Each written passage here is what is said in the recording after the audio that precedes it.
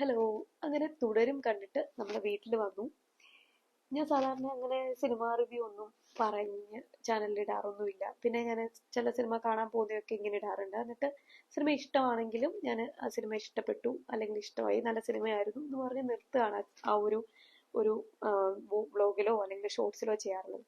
പക്ഷേ തുടരും തുടരും എനിക്ക് അങ്ങനെ ഇഷ്ടപ്പെട്ടു അല്ലെങ്കിൽ അടിപൊളിയായിരുന്നു എന്ന് മാത്രം പറഞ്ഞു നിർത്താൻ വേണ്ടിയിട്ട് പറ്റിയില്ല. കാരണം സന്തോഷത്തിന്റെ ഒരു സാറ്റിസ്ഫാക്ഷൻ, സന്തോഷം ഉണ്ട് അതിൻ്റെ കൂടെ സാറ്റിസ്ഫാക്ഷൻ, ആ ഒരു ലെവൽ ഭയങ്കര ഹൈ ആയിരുന്നു. കാരണം എനിക്കതിനെക്കുറിച്ച് കുറച്ച് സംസാരിക്കണം എന്ന് തോന്നി. ഇനി പറഞ്ഞു തുടങ്ങാം. തുടരും തുടരും ഒരു വണ്ടർഫുൾ മൂവി. കുറച്ച് നാൾക്ക് ശേഷം ലാലേട്ടൻ്റെതായിട്ടുള്ള കണ്ടിട്ടുള്ള ഒരു ഒരു അടിപൊളി മൂവി.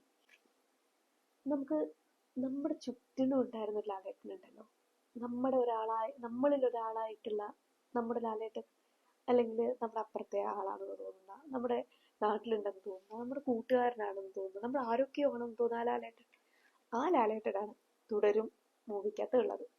മൂവി എന്ന് പറയുന്നത് ഒരു ഫാമിലി ഡ്രാമയാണ്. ആദ്യ ഫസ്റ്റ് ഹാഫ് എന്ന് പറയുന്നത് ആ ഒരു കുടുംബത്തിൽ, ആ ഒരു ഫാമിലിയിലൂടെയും ലാലേട്ടൻ എന്നുള്ള കഥാപാത്രത്തിലൂടെയും പിന്നെ ആ ഒരു നാട്ടിലുള്ള കുറച്ച് ആളുകൾ, പുള്ളിക്കാരനെ ചുറ്റിപ്പറ്റി ഉള്ള കുറച്ച് ആളുകൾ, അങ്ങനെയാണ് ആ കഥ പോകുന്നത്.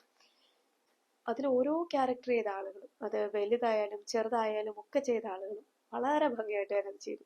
ഒരിടത്തു പോലും നമുക്കൊരു മിസ്കാസ്റ്റിങ്ങോ അല്ലെങ്കിൽ ഇത് വേണ്ടിയിരുന്നില്ല എന്നോ അങ്ങനെയൊന്നും നമുക്ക് തോന്നത്തേയില്ല. അതിനകത്ത് ഏറ്റവും എനിക്ക് ഭയങ്കര ഇഷ്ടപ്പെട്ട ഒരു ഇതായിരുന്നു നമ്മുടെ സംഗീതം ഉണ്ടല്ലോ, പ്രേമലുവിനകത്ത്. സംഗീതന്റെ ഒരു കുറച്ച് ചെറിയൊരു റോളാണ്, കുറച്ച് നേരമേ ഉള്ളൂ, പക്ഷെ പുള്ളി ആശാൻ വന്നങ്ങ് തകർത്തിട്ട് പോയിട്ടുണ്ടായിരുന്നു. പിന്നെ ചെറിയ ചെറിയ ഒന്ന് രണ്ട് റോളിൽ വരുന്ന ചില ആളുകളുണ്ട്, പക്ഷെ അതൊന്നും നമുക്ക് അല്ലാതെ വേണ്ടിയിരുന്നില്ലെന്നോ അങ്ങനെയൊന്നും തോന്നത്തേയില്ല. അത്ര അടിപൊളിയായിട്ടാണ് ഓരോരുത്തരും പൊയ്ക്കൊണ്ടിരിക്കുന്നത്.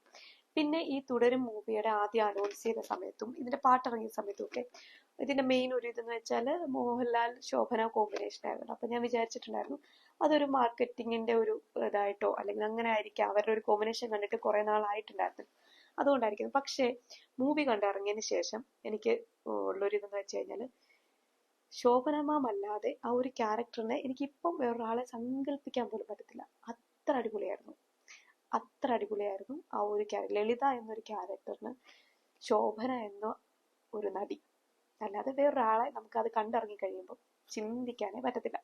പിന്നെ തിരക്കഥ എന്ന് പറയുമ്പോൾ നല്ലൊരു തിരക്കഥ എന്ന് വെച്ച് കഴിഞ്ഞാൽ ഭയങ്കര നമ്മൾ ഇതുവരെ കേട്ടിട്ടില്ലാത്ത ഒരു കഥയാണോ എന്ന് ചോദിച്ചാൽ അല്ല, നമ്മൾക്കൊക്കെ ഉള്ളിലും നമ്മുടെ ഇടയിലൊക്കെ നടക്കുന്ന ഒരു കഥയാണ്.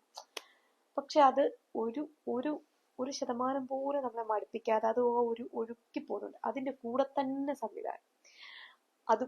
സംവിധാനം ഒരു ഡയറക്ടർ ബ്രില്യൻസ് എന്നൊക്കെ പറഞ്ഞു കഴിഞ്ഞാൽ നല്ല ഡയറക്ഷൻ ആയിരുന്നു തരുൺ മൂർത്തിയുടെ. അത് നമുക്കറിയാം, സൗദി വെള്ളക്കാണെങ്കിലും ഓപ്പറേഷൻ ജാവയാണെങ്കിലും ഒക്കെ കണ്ടവർക്കൊക്കെ അറിയാം തരുൺ മൂർത്തിയുടെ ഒരു ഡയറക്ഷൻ ലെവൽ എന്താണെന്ന്. പിന്നെ ഒരു വിഷ്വൽ ബ്യൂട്ടി ഉണ്ടല്ലോ, പത്തനംതിട്ടയുടെ ആ ഒരു വിഷ്വൽ ബ്യൂട്ടി. കാരണം ഞാൻ പത്തനംതിട്ടക്കാരിയാണ്, ഞാൻ പത്തനംതിട്ട ഗോതിക്കാരിയാണ്. ഞാൻ പഠിച്ചത് PG പഠിച്ചത് എരുമേലിയിലാണ്. പിന്നെ അത് കഴിഞ്ഞിട്ട് റാന്നിയിലായിരുന്നു വരുന്നതും, റാന്നിയിൽ നിന്ന് ബസ് കയറുന്നതും. റാന്നിയുമായിട്ട് നല്ല കണക്ഷൻ ഉണ്ട്. അത് കഴിഞ്ഞിട്ട് എൻ്റെ ബന്ധുക്കളൊക്കെ പെരുന്നാടുണ്ട്. ഈ റാന്നി, പെരുന്നാട്, എരുമേലി അത്രയും ഒരു ഏരിയയിൽ നടക്കുന്ന ഒരു കഥയായിട്ടാണ് പോകുന്നത്.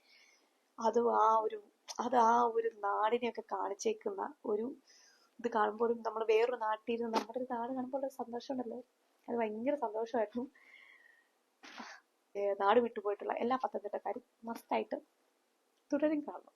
പിന്നെ മ്യൂസിക് എന്ന് പറയുമ്പോൾ നമ്മൾ കേട്ടതാണ്, എല്ലാ മ്യൂസിക്കും അടിപൊളിയാണ്, നമ്മൾ കേട്ട പാട്ടുകളൊക്കെ നല്ലതായിരുന്നില്ലേ.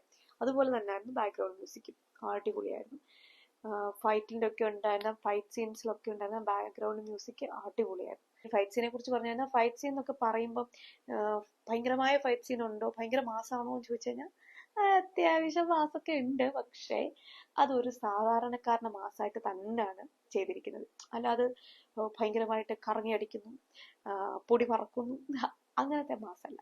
ഒരു സാധാരണക്കാരന്റെ ഗതികെട്ട അവസ്ഥയിൽ പുള്ളി എടുക്കുന്ന ഒരു മാസും ഒരു ഇതൊക്കെ ഉണ്ടല്ലോ, ഒരു ആക്ഷനും ഒക്കെ ഉണ്ടല്ലോ, അതാണ് അതിനകത്തെ ആക്ഷൻ.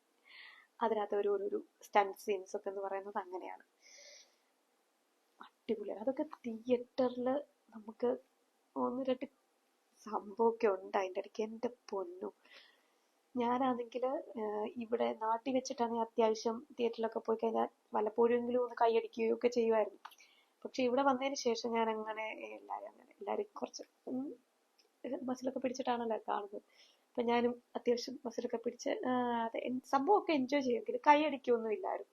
ശ്രീകാന്ത് ആണെങ്കിൽ ഭയങ്കര എൻജോയ് ചെയ്ത് കാണുന്ന ഒരാളാണ്. അപ്പോൾ ശ്രീകാന്ത് ഇടയ്ക്കൊക്കെ കൈയടിക്കുമ്പോഴാണ് ശ്രീകാന്ത് അടങ്ങിയിരിക്കും എന്നൊക്കെ പറയാറുണ്ടായിരുന്നു. പക്ഷെ ഇന്ന് ഞാൻ പോലും അറിയാതെ കൈയടിച്ച് ഭയങ്കര അത്ര മാത്രം അടിപൊളിയായിരുന്നു. അങ്ങനെ നമ്മുടെ ഗൂസ് ബംസ് വരുന്ന കുറെ സീൻസ് ഒക്കെ ഉണ്ടായിരുന്നു. തുടരും എന്ന സിനിമയെ കുറിച്ച് പറയുമ്പോൾ ആർക്കും വിട്ടുപോകാൻ പറ്റാത്ത ഒരാളാണ് വില്ലൻ. ഒരു വല്ലാത്ത വില്ലൻ എന്ന് വെച്ചാൽ ഒരു വല്ലാത്ത വില്ലൻ. എന്റെ പൊന്നോ, പുള്ളിയുടെ ഒരു പെർഫോമൻസ് ലെവൽ എന്ന് പറയുന്നത് എന്തുവായിരുന്നു. അതുമല്ല, പുള്ളിയുടെ ഒരു സൗണ്ട് ഉണ്ട് കേട്ടോ. ആ സൗണ്ടിലുള്ള ഒരു മോഡുലേഷനും വേർപ്പിച്ച് എന്ത് പറയുന്നത്, അയ്യോ കൈയൊക്കെ അങ്ങ് തരിക്കും. ഇപ്പൊ അടിച്ച് പരട്ടിയായിരുന്നു എന്നൊക്കെ തോന്നും. അപ്പൊ അങ്ങനെയൊക്കെ ആയിരുന്നു തുടരും. അപ്പൊ എന്തായാലും നിങ്ങൾക്ക് നന്നായിട്ട് എക്സ്പെക്ട് ചെയ്യാം. നിങ്ങൾക്ക് ഒരിക്കലും മടുക്കത്തില്ല.